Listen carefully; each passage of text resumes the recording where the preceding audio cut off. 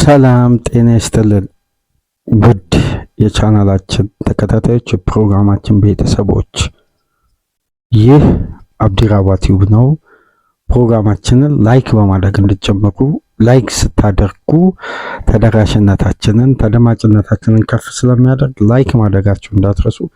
ላይክ እያደረጋችሁ አድምጡ። አዲስ ከሆናችሁ ደግሞ ሰብስክራይብ በማድረግ ቤተሰብ እንድትሆኑ የደወል ምልክቷን እየተጫናችሁ ቻናላችንን እንድትቀላቀሉ በአክብሮት እየጋበዝን የሁለተኛ ክፍል ፕሮግራማችን እንግዲህ ትኩረት የሚያደርገው በአርሴናል ዙሪያ ይሆናል። የኤፍኤ ካፕ ጨዋታ ለሚካኤል አርቴታ የማንቂያ ደወል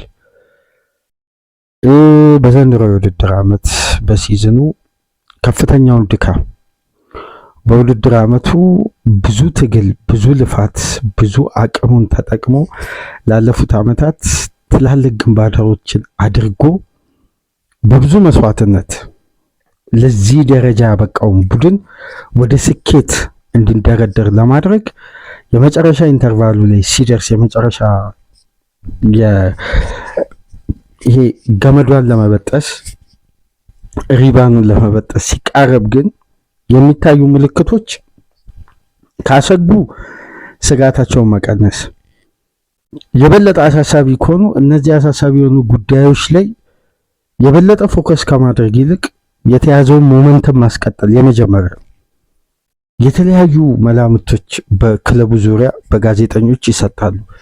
ነገር ግን እውነት የሚካኤል አርቴታ አርሴናል መንቃት አለበት ወይስ በነቃበት ያጋጠመው የሁለት ተከታታይ ጨዋታ ሽንፈት ምን ሊነግረን ይችላል? ይሄ የመጨረሻ ላፕ ፋይናል ላፕ ላይ ባለፈው በነበረን ፕሮግራም ከየትኛው ሚዲያ ቀድመን በራሳችን ሀሳብ ዘ ፋይናል ላፕ የሚል ፕሮግራም ሰርተን ነበር። ፋይናል ላፕ የመጨረሻውን ዙር የሚካኤል አርቴታ አርሴናል ልክ እንደ ሀገራችን አትሌት እንደነ ቀነኒሳ የመጨረሻው ፋይናል ላፕ ላይ ነብር መሆን አለበት። የትኛውም ጉዳይ ውጭ ያለው ጉዳይ ክለቡ ላይ መንጸባረቅ የለበትም። የያዘውን መንገድ ነው መቀጠል ያለበት። ፎከስ ማድረግ ያለበት እየመራ ያለበትን ሂደት ነው። ወደ ውጭ ያሉ ጉዳዮች ላይ ካተኮረ ግን የበለጠ ውስጣዊ ጉዳዮችን ይረበሻሉ። ውጭ ያሉ ጉዳዮችን ደግሞ ትኩረት እንዳይሰጥ ለማድረግ የያዘውን ሀዲድ በያዘው መንገድ ላይ ያለውን ጥንካሬ የበለጠ ከፍ እያደረገ እያብላላ መዝለቅ ያለበት ነው። ለሁለተኛ ጊዜ በዛሬ ፕሮግራም ላይ አንድ ሀሳብ ደግሜ ላንሳላችሁ። ደግሜ ስላችሁ ሀሳቡን ሙሉ ለማውራት ሳይሆን አንድ ጉዳይ እዚህ ጋር በመግቢያ ላይ ላንሳና ልለፍ። ከቀናት በፊት የኢንተርናሽናል ብሬክ ከመመለሱ ማለት የመጨረሻ ጨዋታዎች በተደረጉበት ወቅት አንድ ጉዳይ አንስቼላችሁ ነበር። የሚካኤል አርቴታ አርሴናል ከ5 እስከ 6 ዓመት እንደተመለከተ የአንድ የእግር ኳስ ተመልካች ይሄ ቢልድ ሞመንተም በምን አይነት የጨዋታ ንድፈ ሀሳብ ውስጥ ሊገነባ እንደሚችል በደንብ በየጊዜው እያነሳን ስንወያይ ነበር። የመጀመሪያው ጉዳይ ኦቨርሎድን መቋቋም ነው። የተደራራቢ ጨዋታ ጫና በኦቨርሎድ ውስጥ ደግሞ ያሉ ፈተናዎችን መሻገር ነው፣ እንዴት እንደ ተጋጣሚው አይነት። ስለዚህ አርሴናል በ48 ጨዋታ 3 ጨዋታ ብቻ ሲሸነፍ 49ኛውን አሸንፎ 50ና 51ኛ ጨዋታ በ48 ጨዋታ 2 ሲሸነፍ በ49ኛውን አሸንፎ በ50ና በ51ኛ ጨዋታ ሲሸነፍ ግን እስከ 49 ጨዋታ ድረስ ያመጣበት ሪትም ይቅርታ፣ በ48 ጨዋታ 3 ሲሸነፍ 49ኛውን አሸንፎ 50ና 51ኛውን ጨዋታ ሲያሸንፍ ግን የመጣበትን ያ የቢልድ ሞመንተም ስትራቴጂን አንድ ጉዳይ ድልድዩን መሀል ላይ የገባ ይሄ የተደራራቢ ጨዋታን ሞመንተምን መጠበቅ አርቴታ አዳፕት አድርጎታል በደንብ። አምና ካቻምና እስቲ አንዳንድ ምልክቶችን ለአርሴናል ደጋፊዎች ላስታውሳችሁ። አምና ለሪያል ማድሪድ ለሳንቲያጎ በርናባዮ ያለው የተጫዋች የዴብዝ ኳሊቲ አርቴታን በ16 ከ15 እስከ 16 ባሉ ተጫዋቾች ገድበውት ነበር። ስለዚህ የበለጠ በራሱ መወሰን ወደሚችላቸው ጌሞች አዘነበለ ወደ ሻምፒዮንስ ሊጉ። በሊጉ ምን መጠቀም ጀመረ? ሁለተኛ ቡድን ተጫዋቾችን እየቀላቀለ ከዋና ቡድን ጋር የሳሊባና የያኮቭ ኪቪዮርን ጥምረት በተለያየ መንገድ አንዳንዴ የጋብሪኤል ጉዳት ከመመዝገቡ በፊት ኪቪዮርን እንደ ፉልባክ ጉዳዮችን እያፈራረቀ ካሌፊዮሪ ባላንሱን ግን አያናጋም። በዚህ መሃል የራይስ ፓርቴ እዛ ቦታ ላይ የነበራቸው ሚና ኦዲጋርድን በግራ ክንፍ በኩል በፕሪሚየር ሊጉ ኢተንን እየተጠቀመ ሳካ ጉዳት ላይ ስለነበር በቀኝ ክንፍ ማርቲኔሊና ትሮሳርድን ሜሪኖን ግን አማራጭ በሌለው የሐሰተኛ 9 ቁጥር ተጫዋች ልክ ከፕሪሚየር ሊጉ ወደ ሻምፒዮንስ ሊጉ ሲመለስ ግን የ4 ተጫዋቾች ለውጥ አለ። ዋና ቡድኑ ላይ ያተኩራል።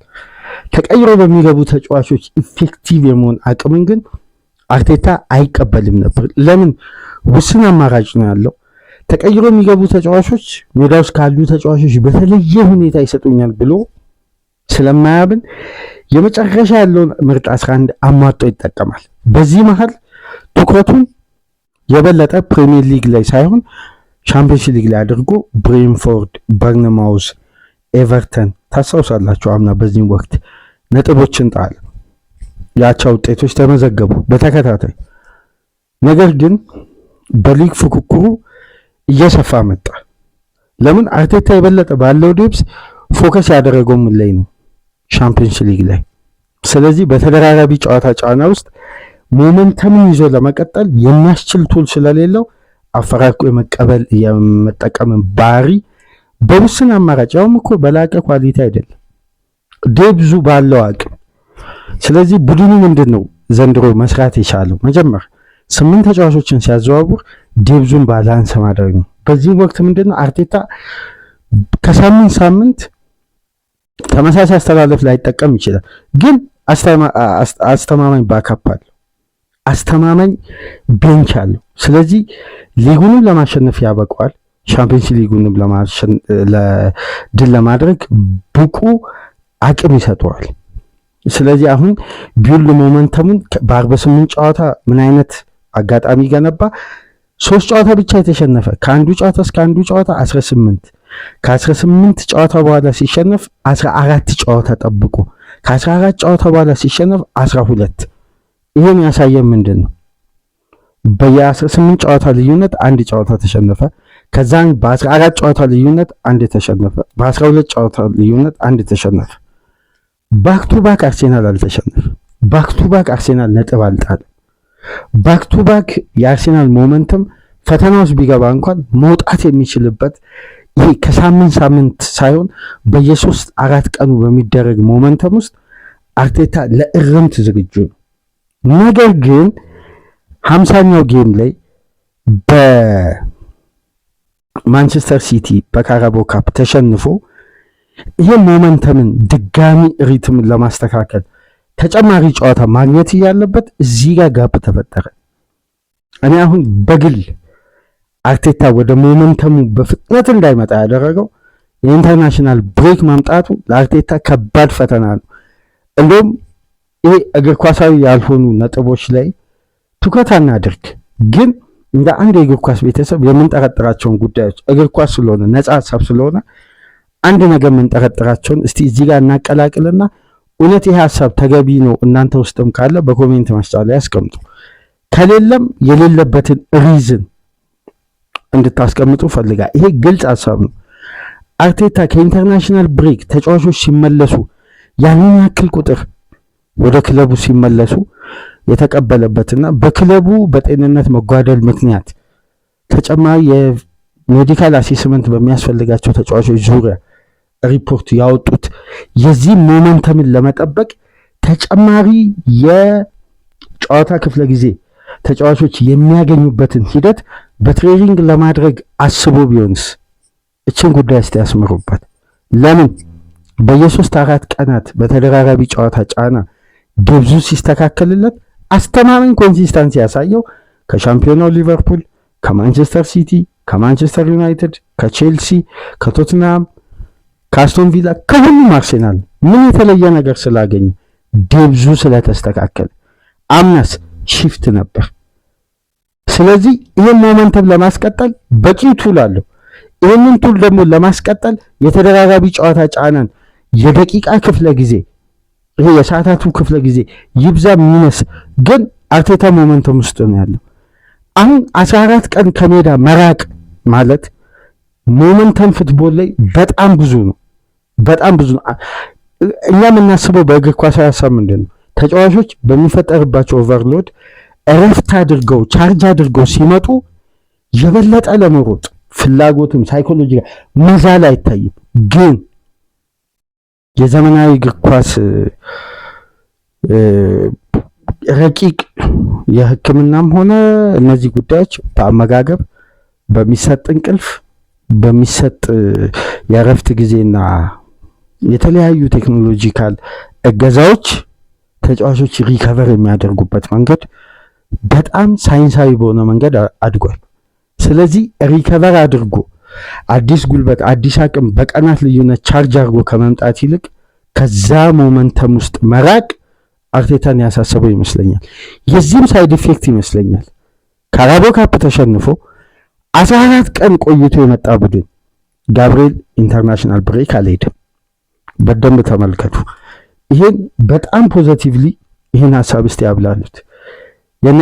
የነ ኗኔሪ ይቅርታ የነ ሉዊስ ኬሊ ቆይታ በጣም አነስተኛ ነው። የ23 ዓመት በታች የነበረው የነ ዳዊማንም ካላቸው አቅም አንጻር እነዚህ ወጣት ተጫዋቾች የበለጠ ሞመንተም ውስጥ መቆየት ይችላል። ለምን ፍላጎት አለ ደቂቃ የማግኘት። ግን የኖርጋርድን ቆይታ ተመልከቱ፣ ኦዲጋርድን ተመልከቱ፣ ጋብሪኤል ማርቲኔሊን ተመልከቱ፣ ጋብሪኤል ጄሱስንም በተመሳሳይ እነ ክሪስቲያን ሞስኬራ የመጨረሻውን ወዳጅነት ነው ደቂቃ ያገኙት ስፔንና ግብጽ ባደረጉት ጨዋታ። የጋብሪኤል እዚሁ መቅረትን ከግምት ውስጥ አስገቡ። ቤን ዋይት ሁለቱንም የእንግሊዝ ብሔራዊ ቡድን ጨዋታ ከ70 ደቂቃ በኋላ ተቀይሮ የገባው። እነዚህ ሁሉ ጉዳይ ሰብስባችሁ ስትመለከቱ የሪከቨሪ ጉዳይ እንዳልሆነ ግን ተመልከቱ። እዚህ ጋር የእረፍት ጉዳይ አይደለም፣ የሞመንተም ጉዳይ ነው። የሳውዛምፕተኑ ሽንፈት በደንብ እዚህ ጋር የአርሴናል ኢፌክቲቭ ምክንያቱም በሻምፒዮንሺፕ 14 ተከታታይ ጨዋታ በጥሎ ማለፍን በሁሉም ውድድር አለመሸነፉ ሳውዛምፕተንን አርሴናል ላይ ጠንካራ አያደርጉም። አርሴናል ካለው ደረጃና ሶተኖች ካላቸው ደረጃ ምንም አይገናኝም። በጣም የሰማይና የምድር ልዩነት አላቸው። የአርሴናል ኢፌክቲቭ አለመሆን የዛም ሞመንተም ጠብቆ የመጓዝ ጉዳይ ለቀናት መራቅ ወደዛ ሪትም እስከሚመጣ ጊዜ እንዳይፈጅ ነው የኔ ስጋት። አሁን አርሴናል አርቴታ የተለየ መብት እዚህ ጋር ይዞ ቀርቦ ለነገው ለስፖርቲንግ ጨዋታ አስፈላጊውን ምላሽ ሳይኮሎጂካሊ፣ ሜንታሊም፣ ቴክኒካሊም ታክቲካሊ ሜዳ ላይ ማሳየት አለበት። አንድ ጉዳይ እዚህ ጋር ከግምት ውስጥ ማስገባት ያለብን የወሳኝ ተጫዋቾች አለመኖር ከሳውዛምፕተን አይነት ቡድን ጋር ተጽዕኖ አይኖረውም። በተቃራኒው ግን አርሴናል ሜዳ ውስጥ ባለው የሪትምና ይሄ ከደቂቃ ደቂቃ በሚያድጉ የአርሴናል ሞመንተም ስታይል ፉትቦል ውስጥ አንድ ጉዳይ የታዘባችሁት ከሆነ አላውቅም፣ አርሴናል በልጦ አለመቀጠሉ፣ ሙከራም፣ ማጥቃት፣ እድሎችን መፍጠር፣ ተደጋጋሚ ጥረት ከረፍት በፊት አንድ ስታር ስመለከት አርሴናል 7 ኢላማውን የጠበቀ ሙከራ አድርጎ በተሻለ ይቅርታ 4 ኢላማውን የጠበቀ ሙከራ አድርጓል። በርካታ ቻንሶችን ክሬት አድርጓል። ነገር ግን 2 ቢግ ቻንስ ክሬት ያደረገው ሳውዛምፕተን ነው። ስለዚህ ፋይናል ሰርድ ላይ በሳውዛምፕተን የተከላካይ ስፍራ አደረጃጀት ውስጥ ካይ ሃቨርትንና ጂሰስን ያሰለፈ ቡድን ቻንስን ክሬት ለማድረግ አልተቸገረም። ማስቆጠሩ ላይ እንዴት ሊቸገር ይችላል? ይህንን ጉዳይ ነው መጠየቅ ያለብን። ሞመንተም ደግሞ እንደ ቡድን አስቆጣሪነትን ነው አርቴታ እየተጠቀመ ያለው። አንድ የሰሜን ለንደን ጸሐፊ በጋርዲያን ገጹ ላይ እና እንዲሁም የቴሌግራፉ ሴመንዳን የጻፉትን ትናንት ምሽት ስመለከት የአርሴናል ሪትም በፍላጎት ላይ መሰረት የሆነ ነው። ሜንታሊቲው ፍላጎት ላይ መሰረት የሆነ ነው። ተጫዋቾቹ ፍላጎታቸው ተነሳሽነታቸው ከፍ ባሉ ቁጥር የሚሰነዝሩት ዊፐን እነዚህ ጦሮቹ በጣም ከባድ ነው። ተጋጣሚ በደንብ ማጥቃት ይችላሉ። ነገር ግን ፍላጎታቸው ሜንታሊ አታክ ከተደረገ ግን ያንን ተቋቁሞ ቻሌንጅ አድርጎ በጨዋታ ውስጥም ለመነሳት ከጨዋታ በኋላ በሚደርስባቸውም ጫና ሰርቫይቭ አድርጎ ለመውጣት በፍጥነት ያንን ጫና አዳፕት ለማድረግ ዝግጁ አይደሉም። ስለዚህ አሁን ዝግጁ በሆኑ ኃይሎች ነው አርቴታ ቀሪ ጨዋታዎች ላይ ፎከስ ማድረግ ያለበት ይላል። ይሄ ማለት አሁን ለምሳሌ ራይስ በሱ ስህተት ግብ ተቆጥሮ ራይስ ቶሎ የሚደነግጥ ተጫዋች ወይ ቶሎ የሚደናገር ወይ ጫና ውስጥ የሚገባ አይደለም። ቶሎ ስህተቱን ለማረምና ወደዛ ምላሽ ለመስጠት ነው የሚነሳሳው። ከዛም በኋላ ግን ምላሹን አርሴናል በፍጥነት ማግኘት ይችላል። ትናንት ወዲያ ምሽት በደንብ ከተመለከታችሁ ቅዳሜ ምሽት የማክሲ ዳውንማን ፍላጎት በአርቴታ የሲስተም ለውጦች ውስጥ ሁላ አንድም ተጽዕኖ ውስጥ አልገባም። እንደውም አንድ የአትሌቲክስ ዘጋቢ ፍላይንግ ሃይ ሲል ነበር፣ አየር ላይ እየበረረ ነበር። ለሳውዛምፕተን ዲፌንሶች በጣም ራስ ምታት ነበር። ይሄ ወጣት ቲኔጀር እያንዳንዱ ድሪብል ወደ አደጋ እንደሚቀየር ኤክስፔክት እናደርግ ነበር አለ። ይሄ በትክክል ግን አርቴታ ሞመንተም ውስጥ አንድ በግሉ የሚጠነቀቀው ወይም ይሄ ካለው ኤክስፒሪየንስ አንጻር እንደነዚህ አይነት ጫናዎችን ቶሎ አዳፕት ከማድረግ ይልቅ በያዘው ፎርሙላ ላይ እንዲያተኩር የሚያስገድደው ወይም ይሄ በተለምዶ እንግሊዞች የለቀቁት ጨረር አገራችን ውስጥ በክለቡ ደጋፊዎች የሚገለጸው አርቴታ ፈሪ ነው የሚባለው ፈሪነት አይደለም። አርቴታ ያለውን ኤክስፒሪየንስ የአሰልጣኝነትን ተመልከቱና ይሄ አሰልጣኝ ይዞ የመጣው የራሱ የሆነ ፎርሙላ አለ። በጨዋታን እንዴት አዳፕት የማድረግ ቶሎ ሪያክት የማድረግ ያንን ጨዋታ መላመድና ምላሽ መስጠትን የአርቴታ ስትራቴጂ የራሱ ፎርሙላ ነው። እዚህ ፎርሙላ ውስጥ ግን አርቴታውን ለምሳሌ ሪስክ ቴከር ለመሆን በጣም ጥንቃቄ ይመርጣል። ለምን? በሪስኩ ተቃራኒ ያለውን ጉዳይ ለተጫዋቾቹ ፕሮቴክሽንም ጭምር ስለሚጨነቅ ነው። ከጨዋታ በኋላ ይህንንም አስተያየት ይመስላል። ተጫዋቾችን በጣም ወዳቸዋለሁ፣ እነሱን ዛሬ ፕሮቴክት ማድረግ አለብኝ፣ ለዛሬ ውጤት እኔን ውቀሱኛል። ለምን መሰላችሁ? ከጨዋታ በኋላ የዘጋርዲያን የሚባል ሚዲያ አርሴናል ላይ ዘመቻ ነው የጀመረው። አርቴታ ሚካኤል አርቴታ ይስ ፔፕ ጋርዲዮላ ቻት ጂፒቲ ሲል ነበር። የጋርዲዮላ ቻት ጂፒቲ ማለት አርቴታ ነው እያለ በጣም ለማሾፍ ሲፈልግ ነበር። እንደውም አንድ ይሄ ጋርዲያን ላይ የተለመዱ ምናልባት ተከታተሉ እንደሆነ አላውቅም፣ ይሄ በካርቶን ምስል በየቀኑ በሚታተም ጋዜጣ ጀርባ ላይ የእግር ኳሱ ክፍል ላይ በካርቶን ምስል የሆነ ነገር ላይ ያሾፋሉና ጋርዲዮላ ማኔጅ የሚያደርገው የራሱ የቻት ጂፒቲ ማዕከል ማለት አንዱ አርቴታ ነው ብሎ ያንን በእንትን ሰርተውታል በካርቶን እና ያንን ደግሞ ይሄ ዘጋቢው ደግሞ በትንተና መልክ አቅርቧል። ትናንት በነበረን ፕሮግራም አንስተናል ያንን ጉዳይ። ለምን ይሄ ሁሉ አታክ አርቴታ ላይ የሚደርሰው ለምንድን ነው? ተጫዋቾችን ፕሮቴክት የማድረግ ግዴታው የአርቴታ ነው። ልክ ጨዋታው እንደተጠናቀቀ ዘጋርዲያን ላይ የተሰራው አንደኛው ምስል ምን እንደሆነ ታውቃላችሁ? ጋብሪኤል ጄሱስ ከ10 ቀናት 13 ቀናት በፊት ፍጻሜው በነበረበት ወቅት በነበረው አንድ ቶክ ሾው ይላል። ምክንያቱም ከፈርዲናንድ ጋር በነበረው ቃለ መጠይቅ ለጋርዲዮላ ክሬዲት ከመስጠት ይልቅ የቡድን አጋሮችን እያሞካሸ የሰጠው መግለጫ ድምር ውጤቱን ሶተን ስቴዲየም ላይ ተመለከትን። አርቴታ ካርቶኑን እንትኑን ተመልከቱት። ይሄ በአኒሜሽን የተሰራውን ኢሜጅ ጋርዲዮላ ወደ አንድ ሎክሩም እየገባ የጋብሪኤል ጄሱስን ድምፅ ይሰማና በፎቶ ነው የተሰራው። ይመለሳል ወደኋላ ይጽፋል። በእያንዳንዱ እንትን ላይ በእያንዳንዱ ሁኔታ ላይ ከላይ ይጽፋል እንዴት ሙቭ እያደረጉ እንደሆነ ማለት ነው።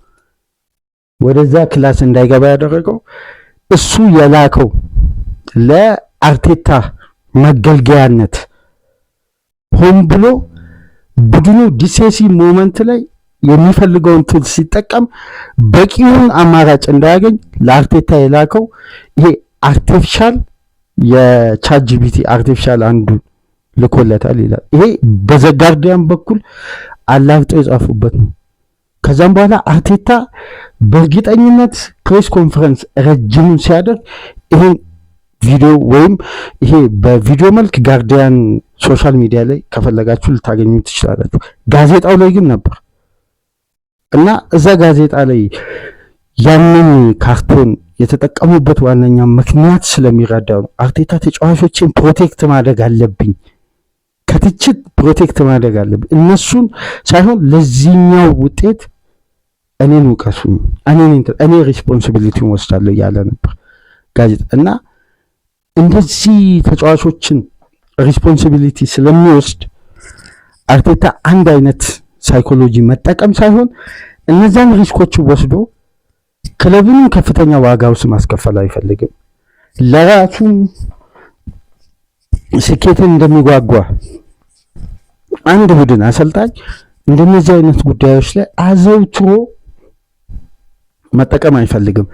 ዝም ብላችሁ ተመልከቱ እስቲ ጋርዲዮላ አንድ ተጫዋችን ከቤንች ላይ ጠርቶ ወደ ሜዳ ሊያስገባ ቢፈልግ ያ ተጫዋች ገብቶ በራሱ መረብ ላይ በፔፕ ጋርዲዮላ መረብ ላይ ሃትሪክ ሰርቶ ፔፕ ጋርዲዮላ በፍጻሜ ዋንጫ ቢያጣ የትኛው የሲቲ ኃላፊ መጥቶ ነው ፔፕ ጋርዲዮላ ላይ ቁጣ ወይም ይሄ ትክክል አይደለም ብሎ ሊተቸው የሚችለው?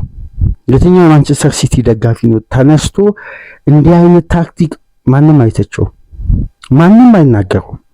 ምክንያቱም ጋርዲዮላ ሊጉ ላይ ዶሚኔት አድርጎ ማንቸስተር ሲቲዎች ከጠበቁት ወይም ይገባናል ብለው ካስቀመጡት ስኬል በላይ ዋንጫ ሰጥቷቸዋል፣ ድሎችን አጣጥመዋል። እንደውም አንዳንዴ ምን ይባላል የሲቲ ደጋፊ በስቴዲየም ውስጥ ይሄ ሙቭ ማድረግ ሲቲ 4 አስቆጥሮ ጸጥ ብለው ጨዋታውን ሲመለከቱ ለነሱ ቲያትር እንደተከፈተላቸው ነው።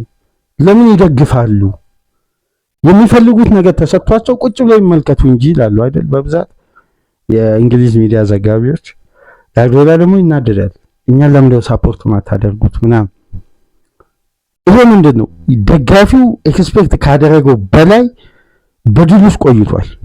ጋርዲዮላ ምንም ቢወስድ ማንም ይናገረው የለም ምንም ቢያደርግ።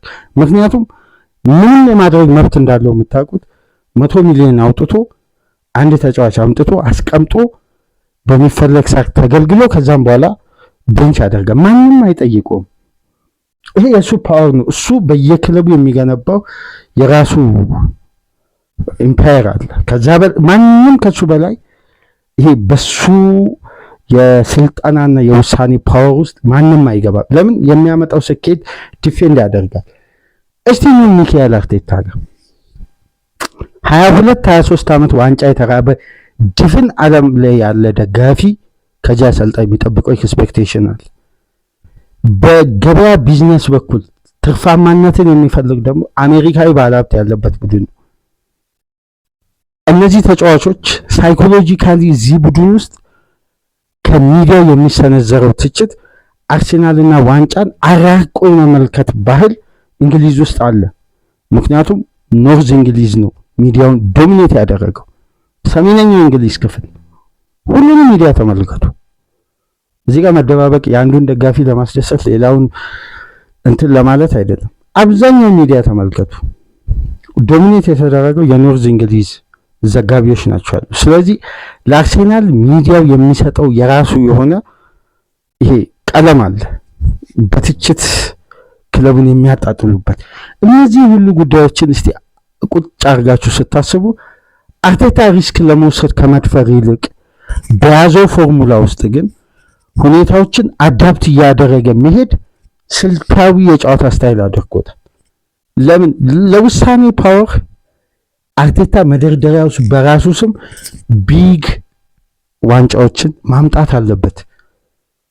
አሁን እንግሊዞቹ ጆን ቴሪን አንድ ኢንተርቪው ላይ አይታችኋል በቅርቡ ማክሲ ዳይልማን ዓለም ዋንጫ ስብስብ ውስጥ ህልም መያዝ አለበት። ይሄን 16 ዓመት ተጫዋች ተመልከቱ በየትኛው ፕሬዠር ውስጥ እንደሚያስገቡ አስቡት። ለዓለም ዋንጫ ስብስብ ውስጥ መካተት አለበት ከተባለ አርቴታ ይህን ተጫዋች እንዴት ነው የማያጫውቱ የሚለውን ጌም ታይም ከሳውዛምፕተን ጨዋታ በኋላ የተጫዋቹን የህይወት መነሻ ቦታን በማንሳት አሁን ከፍተኛ የሚዲያ ጨረር ተጀምሯል። ማክሲ ዳይልማን እንዲያሰልፍ የዚህን ሰው የጫና ተመልከቱ። እንግሊዛዊ ተጫዋች ስለሆነ ነው። ይሄ በነገራችን ላይ በ16 ዓመቱ መጫወት አለበት የሚሉት አርሰናል የደረሰበትን ክሩሻል ፖይንት ደግሞ ተመልከቱ። እንደና አርቴታ እዚህ ስቴጅ ላይ ደረሰው። አሁን ይሄ ስቴጅ ሪስክ ተወስዶ ሪስኩ ውጤት አምጥቶ አርሰናል ለስኬት ያበቃል አይመስለኝም። አርቴታ በያዘውና በሚያውቀው ካልኩሌሽን ከነጥንቃቄው መጓዝ ያለበት ነው። የውጭው ሴንስ ውስጣዊ አደጋ ነው ይዞ የሚመጣው። አሁን አርቴታ መንቃት አለበት። ከሚዲያው ትኩረት በደንብ መንቃት አለበት። የስፖርቲንግ ሊዝበኑ ጨዋታ ሌላ ረጅም ምሽት ከሆነ ግን አደጋ የከፋ ነው። ለምን የሁለት ተከታታይ ጨዋታ በዘንድሮ የውድድር ዓመት ያለመሸነፍ ጉዞ በሁለት የተለያዩ ውድድሮች ላይ ሲፈጠሩ ሳይኮሎጂካል ፕሬዠር አይፈጥር ማለት አይቻልም። በጭራሽ ይሄን ማሰብ አይቻልም። በደንብ ይፈጥራል። ስለዚህ አርቴታ ከዚህ ውስጥ ለመውጣት አፋጣኝ ምላሽ ካልሰጠ ከውጭ ያለውን ጉዳይ ትኩረት እየሰጠ ውስጥ ያለውን ሞመንተም ማስቀጠሉን ከባድ አደጋ ውስጥ ይከታል።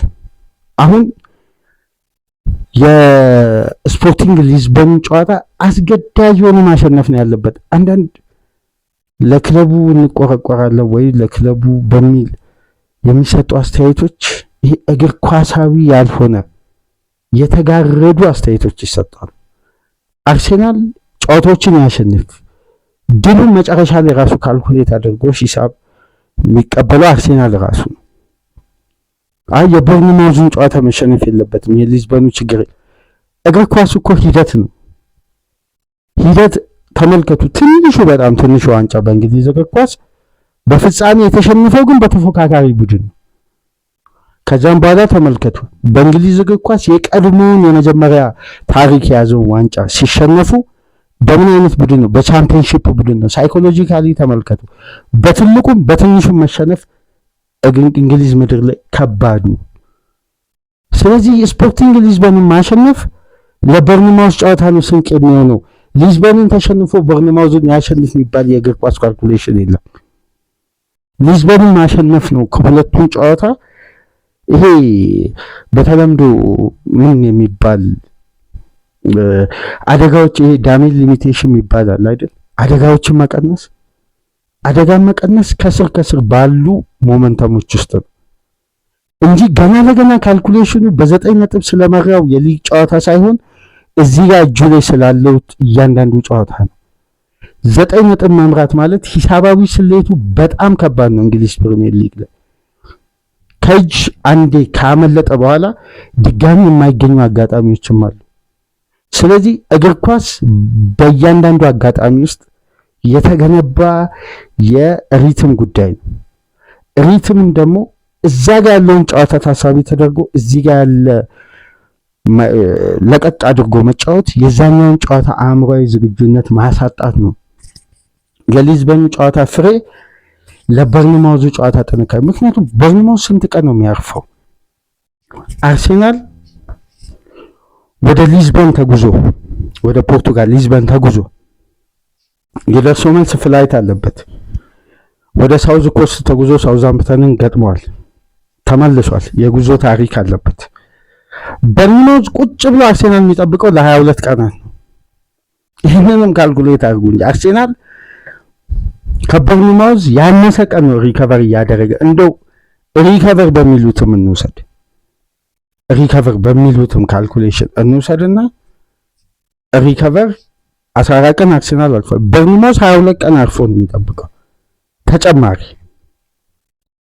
ግን ሊዝበንን የሳውዛምፕተኑን ሽንፈት አፋጣኝ ምላሽ በሊዝበን ላይ ማይሰጥ ከሆነ የበርንማውዙ ጨዋታ የበለጠ ለአርቴታ ከባድ ነው የሚሆነው። አይደለም የሊዝበኑ ጨዋታ ቢያሸንፍም ቢሸነፍም የሚባል የሂሳባዊ ስሌት የለም። በዚህም ወቅት አምና አርሴናል ከሁለት ዋንጫ በአንዴ ያጣበት ምክንያት ምንድነው? ዴብዙ ስለተዳከመ ነው መጀመሪያ ብለን ያነሳነው። ለምንድን ነው? ባላንስ ማድረግ ስለማይችል።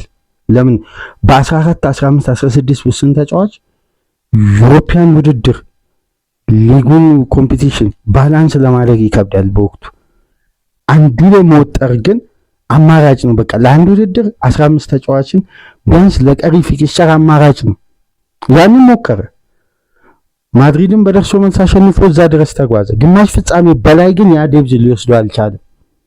ይህን መቀበል አለበት። አሁን ግን በሱ ፌዝ ላይ ያሉ ክለቦችን ተመልከቱ።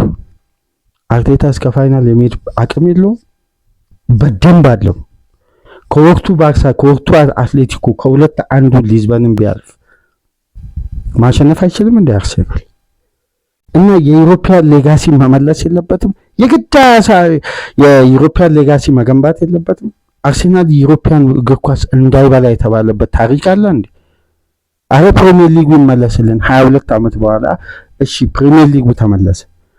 በዩሮፒያን እግር ኳስ እንደገና አዲስ ሞመንተም መገንባት ቀጣይ ዓመት እኮ ይሄ እድል አይኖርም፣ በጭራሽ አይኖርም። ይሄ እድል በዛ አይነት የፌዝ መረጋጋትና እንደ አይነት ፊክስቸር ምንድነው ያሉት? አርሴናል ራሱ ቢያወጣ እንደዚህ አስተካክለውም አላሉት በዛ በኩል ያለውን የኦፖነንቶችን ጉዳይ።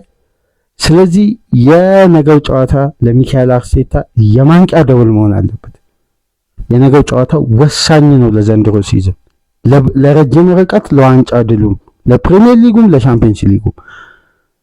ሳካና ራይስን ግን ዛሬ በሚሰጠው ፕሬስ ኮንፈረንስ ተመልክተን አፕዴቶችን ይዘላችሁ ምን መጣና ሌት ፊትነስ ቴስት ሳይፈልጉ እንዳልቀረና ምናልባት ወደ ሊዝበን ላይጓዙ ይችላሉ የሚሉ መረጃዎች በኢትዮጵያ ሰዓት አቆጣጠር ሌሊት ላይ ከ7 ሰዓት 8 ሰዓት በኋላ መረጃዎች ሊክ እያደረጉ ይወጡ ነበር። ያ ጉዳይ እውነት ይሆናል ዛሬ ኦፊሻሊ እንግዲህ ምናረጋግጥ ነው። ለማንኛውም ላይክ፣ ሼር፣ ሰብስክራይብ ማድረጋችሁ እንዳትረሱ።